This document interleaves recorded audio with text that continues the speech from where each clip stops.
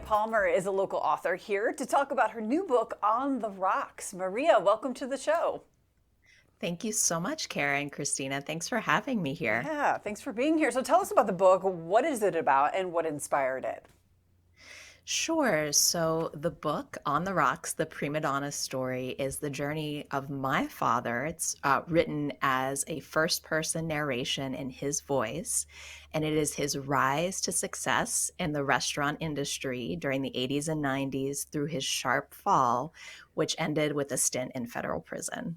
Oof, Wow. wow.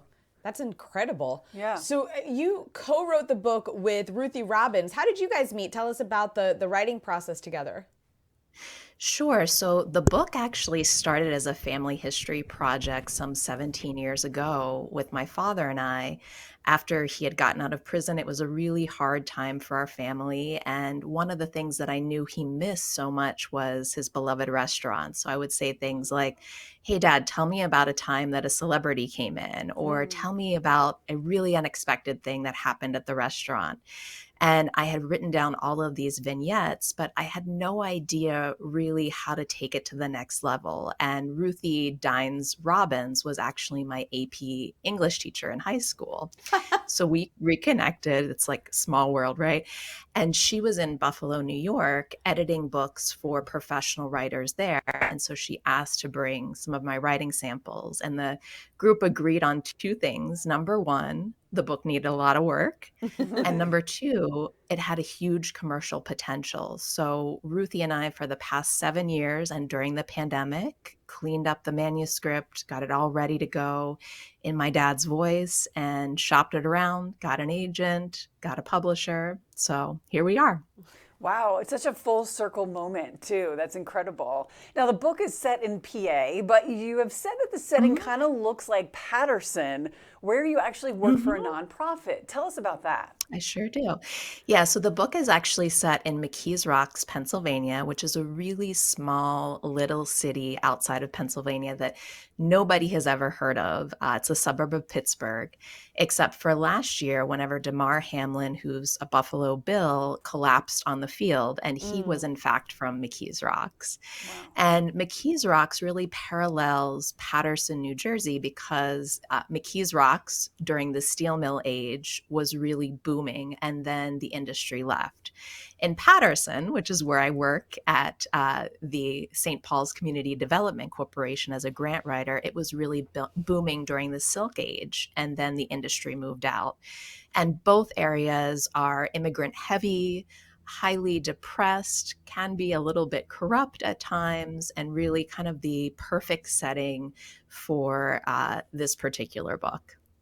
Interesting. It's so, That's, yeah. yeah, the parallels. So you've done already a lot of book signings throughout New Jersey. Do you have any more upcoming dates where fans can meet you and Ruthie? I'm also going to be in one of the New York Public Libraries actually at the end of January, January 27th, I believe it is, in the Hunts Point Library in Queens. And we're going to be doing a virtual event as well on December 14th through the Parkinson's Foundation of Western Pennsylvania that anybody and everybody is welcome to come to. And where can people find more information about the book as well? Absolutely. So on my website, www.mariacpalmer.com, and it is available wherever books are sold on Amazon, Barnes and Noble, most local bookstores. If not, they can order it for sure, and would love if people gave it a read and gave it a chance. Thank you so much. Yeah, congratulations. This Thank, sounds like an amazing read, and thanks for being with us today. Thank you so much. Thank you, ladies. Have a wonderful day. You you too. too. That's such a wild, Yeah. man, what a wild story. Yeah. Very interesting. The restaurant business, but the backside of So it. you know what? And that backside of it, I mean, that's the thing that made people like Anthony Bourdain so famous, because it Yes. was that exposure, Yep. that look into, a world that people What didn't really really get goes to on. see. Yes. Yeah, so it's that would be a very interesting book in my mind at least. Yeah, for sure. Well, listen, along with food goes travel, and the travel website, New York Travel Guides, has ranked the 110 coziest winter towns in America. I love this. New Jersey has 3 on the list. So Cape May came in at number 32. It's the shore town that gets decked decked out for the holidays and decorated Washington Street Mall, many holiday events at area hotels and attractions. So obviously. Yeah, and they use it a lot for Hallmark movies too, for the holidays. Red Bank is number 62, no surprise there, with the annual town lighting and Holiday Express concert. They even have Wag's Christmas Spectacular at Riverside Gardens Park, which features an evening of original music, classic Christmas covers, and a visit from the man himself, Santa.